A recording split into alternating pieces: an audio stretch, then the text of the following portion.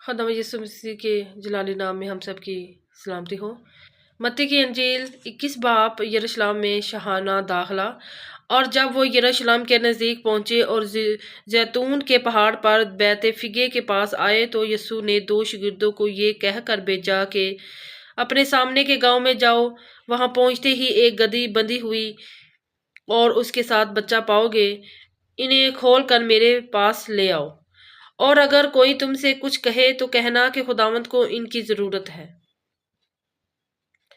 वो फी अल्फूर उन्हें भेज देगा। इसलिए हुआ कि जो नबी की मार्फत कहा गया था वो पूरा हो कि सिय्योन की बेटी से कहो कि देख तेरा बादशाह तेरे पास आता है। वो अलीम है और गधे पर सवार है, बल्कि लादोगे बच्चे पर शागिर्दों ने जाकर जैसा यीशु ने उनको हुक्म दिया था वैसा ही किया और गधी और बच्चे को लाकर अपने कपड़े उन पर डाले और वो उन पर बैठ गया। और बेड में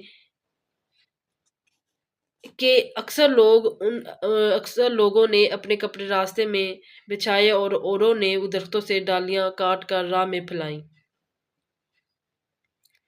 और भेड़ जो उसके आगे आगे जाती और पीछे पीछे चलती थी पुकार पुकार कर कहती थी, इब्ने दाऊद होशना, मुबारक है वो जो खुदावंद के नाम पर आता है, आलमे बाला पर होशना। और जब वो यरूशलेम में दाखिल हुआ तो सारे शहर में हलचल पड़ गई और लोग कहने लगे, ये कौन है? भेड़ के लोगों ने कहा, ये गलील के नासरत का नबी यीशु है। यीशु हैकल में जाता है। और यीशु ने खुदा की हैकल में दाखिल होकर उन सब को निकाल दिया जो हैकल में खरीदो फरोख्त कर रहे थे और सराफों के तख्ते और कबूतर फरोशों की चौकियां उल्ट दी और उनसे कहा, लिखा है कि मेरा घर दुआ का घर कहलाएगा, मगर तुम इसे डाकुओं को खो बनाते हो। और अंधे और लंगड़े हैकल में उसके पास आए और उसने उन्हें अच्छा किया। लेकिन जब सरदार काहिनों और फरीसियों ने उन अजीब कामों को जो उसने किए और लड़कों को हैकल में इब्ने दाऊद को होशना पुकारते देखा तो खफा होकर उससे कहने लगे, तू सुनता है कि ये क्या कहते हैं? यीशु ने उससे कहा, क्या तुमने ये कभी नहीं पढ़ा कि बच्चों और शेरख्वारों के मुंह से तूने हमद को कामल कराया? और वो इन्हें छोड़कर शहर से बाहर बैते इन्हा में गया और रात को वही रहा। यीशु अंजीर के दरख्त पर लानत करता है। और जब सुबह को फिर शहर को जा रहा था, इसे भूख लगी और वो राह के किनारे अंजीर का एक दरख्त देखकर उसके पास गया और पत्तों के सिवा उसमें कुछ ना पाकर उससे कहा, आइंदा तुझ में कभी फल ना लगे। और अंजीर का दरख्त उसी दम सूख गया। शागिर्दों ने ये देखकर तज्जब किया और कहा, ये अंजीर का दरख्त क्यों कर एक दम में सूख गया? यीशु ने जवाब में उनसे कहा, मैं तुमसे सच कहता हूं कि अगर ईमान रखो और शक न करो तो ना सिर्फ वही करोगे जो अंजीर के दरख्त के साथ हुआ, बल्कि अगर इस पहाड़ से भी कहोगे तो उखड़ जा और समुद्र में जा पड़ तो यूं ही हो जाएगा। और जो कुछ दुआ में ईमान के साथ मांगोगे वो सब तुमको मिलेगा। यीशु के इख्तियार में एतराज। और जब वो हैकल में आकर तालीम दे रहा था तो सरदार काहिनों और कौम के बुजुर्गों ने उसके पास आकर कहा, तू इन कामों को किस इख्तियार से करता है और ये इख्तियार तुझे किसने दिया है? यीशु ने जवाब में उनसे कहा, मैं भी तुमसे एक बात पूछता हूँ, अगर वो मुझे बताओगे तो मैं भी तुमको बताऊंगा कि इन कामों को किस इख्तियार से करता हूँ। और यूहन्ना का बपतिस्मा कहाँ से था, आसमान की तरफ से या इंसान की तरफ से? वो आपस में कहने लगे, अगर हम कहें आसमान की तरफ से तो वो हमसे कहेगा, फिर तुमने क्यों उसका यकीन ना किया?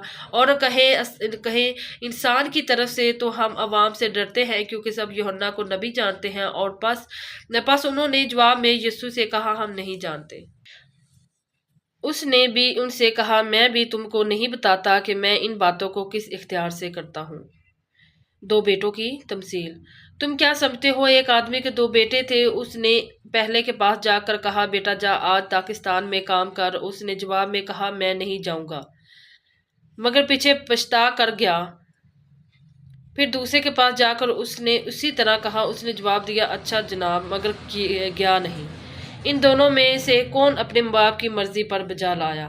انہوں نے کہا پہلا۔ یسوع نے ان سے کہا میں تم سے سچ کہتا ہوں کہ مسول لینے والے اور کسیبیاں تم سے پہلے خدا کی بادشاہی میں داخل ہوتی ہیں، کیونکہ یوحنا براست بازی کے طریق پر تمہارے پاس آیا اور تم نے اس کا یقین نہ کیا، مگر مسول لینے والوں اور کسیبیوں نے اس کا یقین کیا، اور تم یہ دیکھ کر پیچھے بھی نہ پچھتائے کہ اس کا یقین کر لیتے۔ پاکستان کے ٹھیکیداروں کی تمثیل۔ ایک اور تمثیل سنو۔ ایک گھر کا مالک تھا جس نے تاکستان لگایا اور اس کی چاروں طرف احاطہ گھیرا اور اس میں اوز کھودا اور برج بنایا اور اسے باغبانوں کو ٹھیکے پر دے کر پردیس چلا گیا۔ اور جب پھل کا موسم قریب آیا تو اس نے اپنے نوکروں کو باغبانوں کے پاس اپنا پھل لینے کو بھیجا، اور باغبانوں نے اس کے نوکروں کو پکڑ کر کسی کو پیٹا اور کسی کو قتل کیا اور کسی کو سنسار کیا۔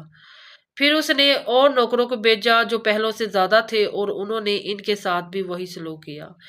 آخر اس نے اپنے بیٹے کو ان کے پاس یہ کہہ کر بھیجا کہ وہ میرے بیٹے کا تو لحاظ کریں گے۔ جب باغبانوں نے بیٹے کو دیکھا تو آپس میں کہا، یہی وارث ہے،